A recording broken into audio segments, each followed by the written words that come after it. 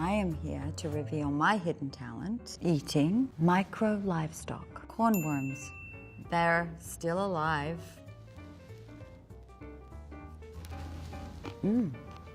Extraordinary. Very moist, chewy. Can't quite describe the flavor, but need a little water. Let's try the second course, shall we? Just a little side note. 2 billion people in the world eat bugs, and I'm one of them. Because here we go. Have some mealworms. I'm telling you, I'd win Survivor. That is a fruity taste.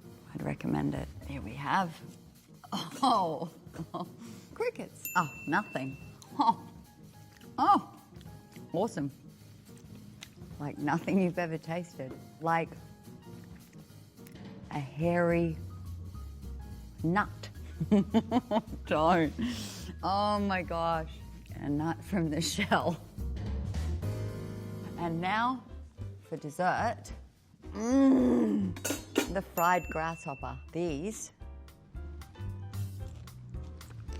are amazing. These are exquisite grasshoppers. I recommend them to anyone.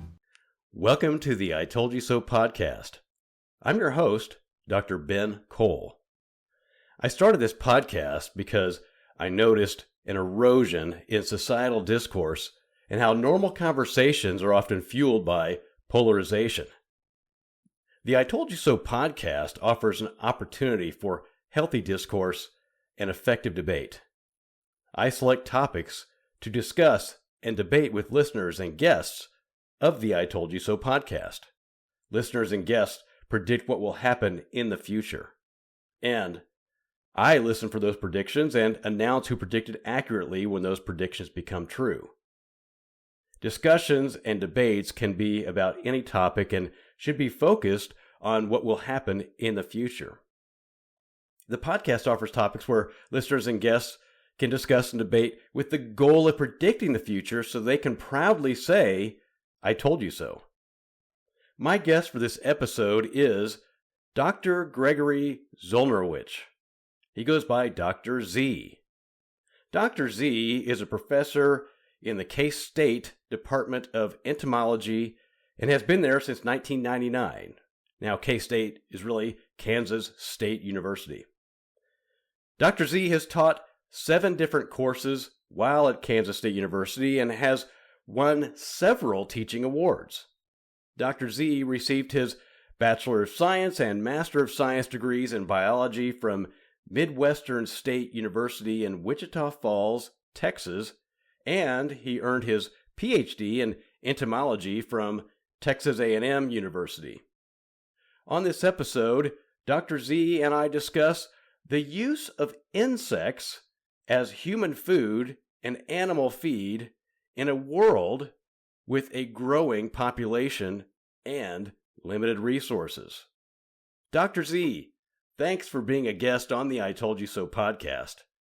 Let me start our conversation by asking you this. Have humans been eating insects for long? And if so, why? Thank you, Ben. It's nice to be here. And yes, people have been eating insects for a very, very, very long time.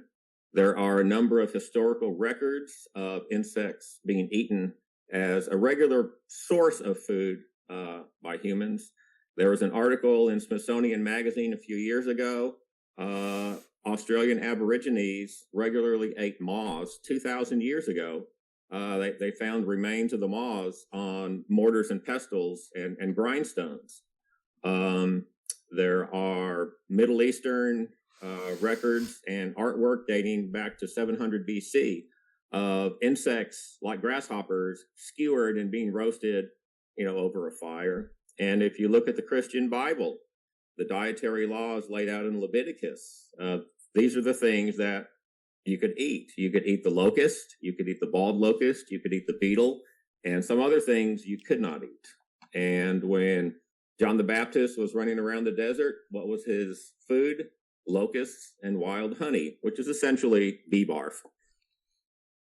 And I want to point out that there is a long history of cultures eating insects, but it's not because they're starving and they're grubbing through the dirt, for survival. It's part of their culinary heritage, part of their ethnicity. That's been a proud tradition for thousands of years. So it's interesting how I've never even thought about John the Baptist and what he ate, but I remember reading that and thinking to myself, that's odd, but but yeah, it's true. Locusts and honey, and so we have as humans been eating insects for a long, long time. So why consume insects, and what are the advantages to consuming insects? From a dietary perspective, insects are very, very healthy. They're very high in protein on a dry weight basis.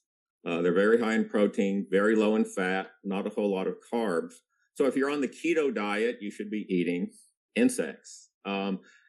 Most of the world, except Europe and North America, regularly consumes insects. And as I said, it's part of their culinary heritage, but also they're healthy for you. They're a very, very good source of nutrients, particularly protein. And from an ecological or land use or climate change advantage, insects are much better than traditional sources of protein. So if you look at what it takes to make a pound of beef versus what it takes to make a pound of insect protein, insects come out very, very well on the amount of space needed when you think about how many cows you can put on an acre versus insects. To make equivalent amounts of protein, insects take much less water. They take much less food. And essentially the efficiency of conversion, if you feed an animal X amount of food, you get Y amount of new animal you can harvest, new tissue. Insects are generally much more efficient at converting food into new tissue compared to things like cows and sheep. Chickens are pretty good, but insects do very, very well. They also produce, on a per pound of protein produced basis, fewer greenhouse gases like CO2 or things like that. So ecologically, they're much better than traditional sources of protein. So let me ask you this. Do they taste better? Taste is entirely subjective. There are about 2,000 species of insects that are regularly consumed. There are insect cookbooks. A lot of them have very distinct flavors. I cook up and serve insects in 2 of my classes. Mealworms, which are beetle larvae, not worms. Raw, they have sort of a nutty flavor. Cooked, they're essentially like tofu. They'll take on whatever flavor you season them with. So we do mealworms with guacamole on chips. I do cinnamon sugar mealworms.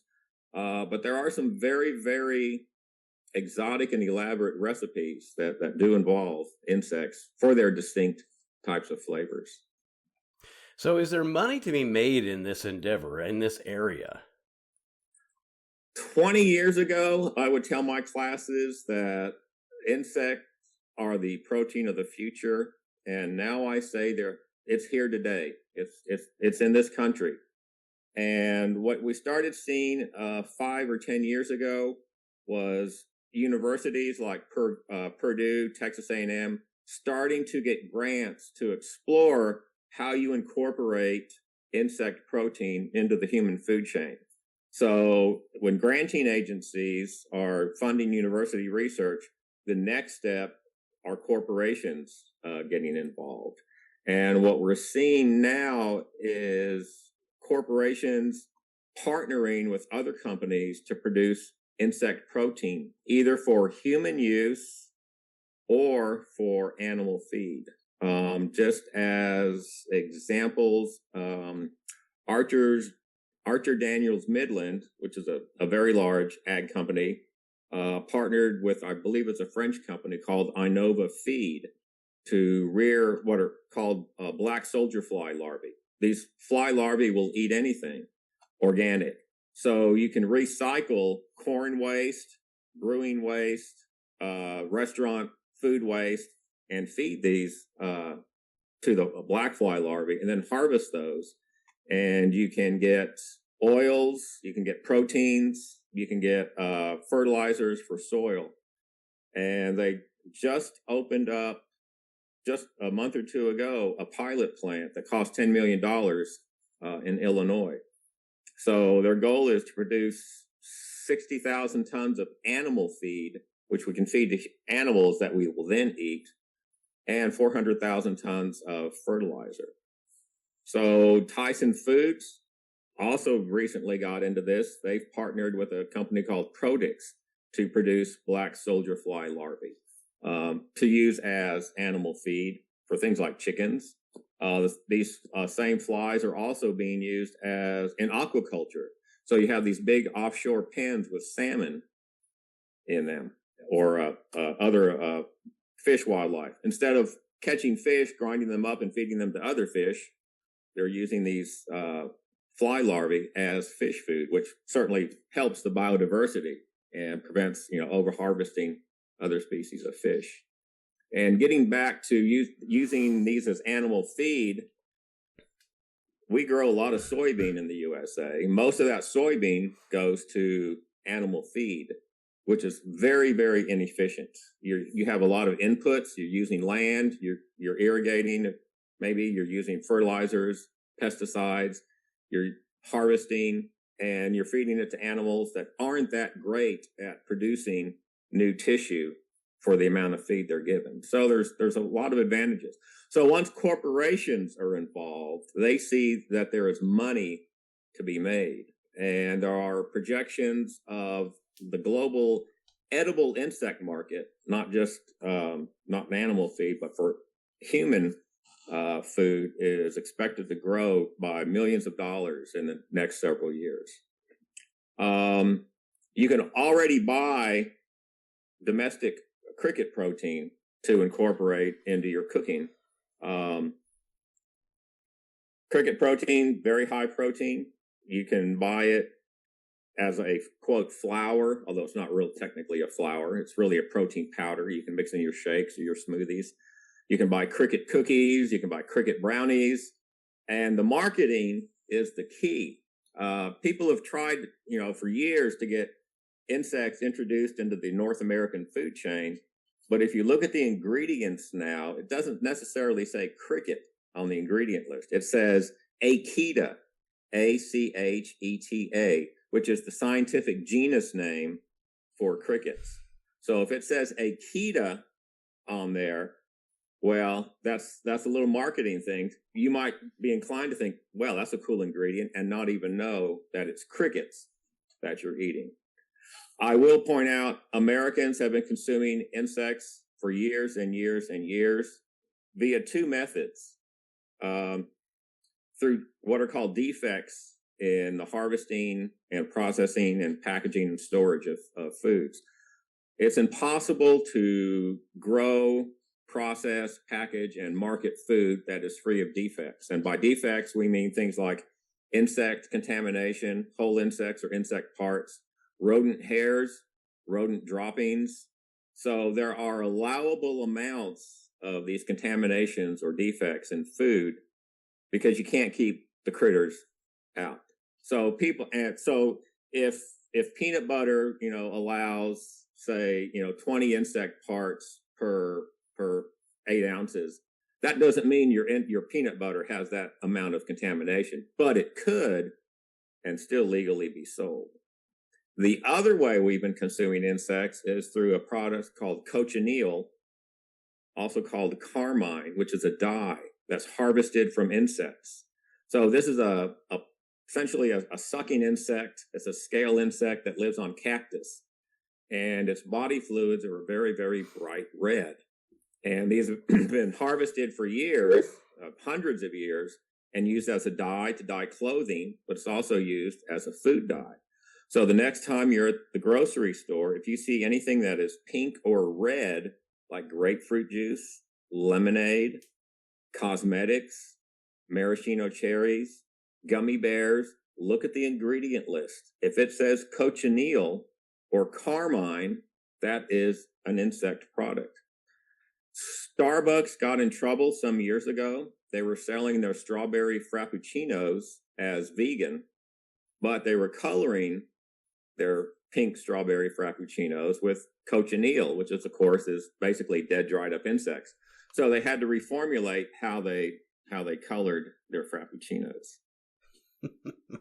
Amazing, really, to think about. Yeah. So, I interviewed Dr. Glenn Tonser, and he is in the same building, in the same college at Kansas State University as you. He is an agricultural economist, mainly focused on the research and study on meat.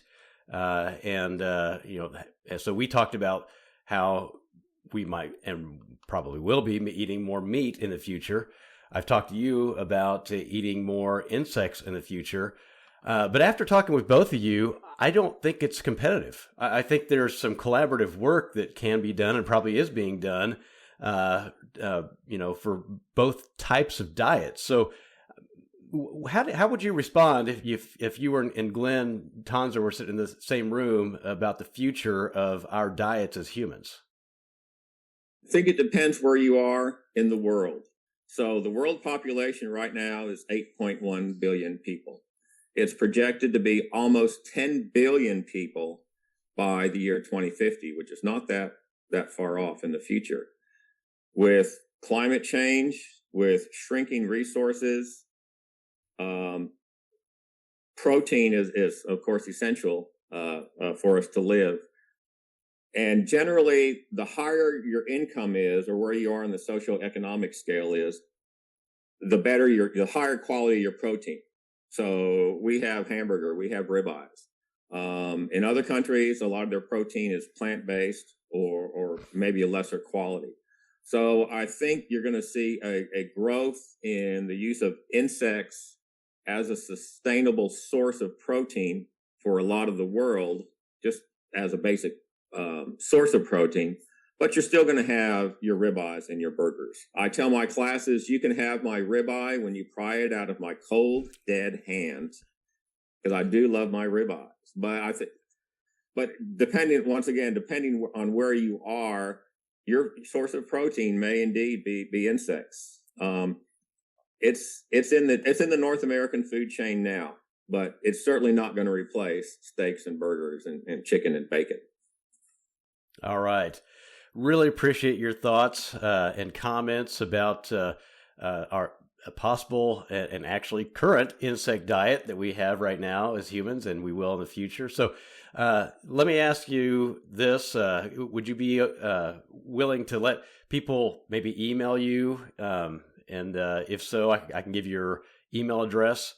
And if you are, then if listeners would like to learn more or would like to follow up with Dr. Zolnerowich, then I'll go ahead and give his email address. It's gregz@ksu.edu, and that's gregz@ksu.edu. So let me ask you this. I have some questions for the listening audience. Because this podcast is about predicting the future, my questions to those listening are: do you think you would ever eat insects intentionally? The other question I have is, will steaks and hamburgers disappear in the USA? And Dr. Z doesn't think so, but do you? And then overall, do you agree with Dr. Z's assessment of insects, insect diet, and where we might be going with insects in the future? Let me know. I'd love to know. So you can send a text message to me or call me at 1-785-473-3721, or send an email message to me at ITYS it's my name, BenKohlITYS.com. That's BenKohlITYS.com, or post on any of my social media channels. simply go to the I Told You So podcast website at BenKohlITYS.com. That's BenKohlITYS.com to connect and get your own I Told You So items at the merchandise link. It's a great time, actually, to maybe even get a gift for your father. So for Father's Day coming up. So you can choose from shirts, hoodies, hats, coffee mugs, lots of other items.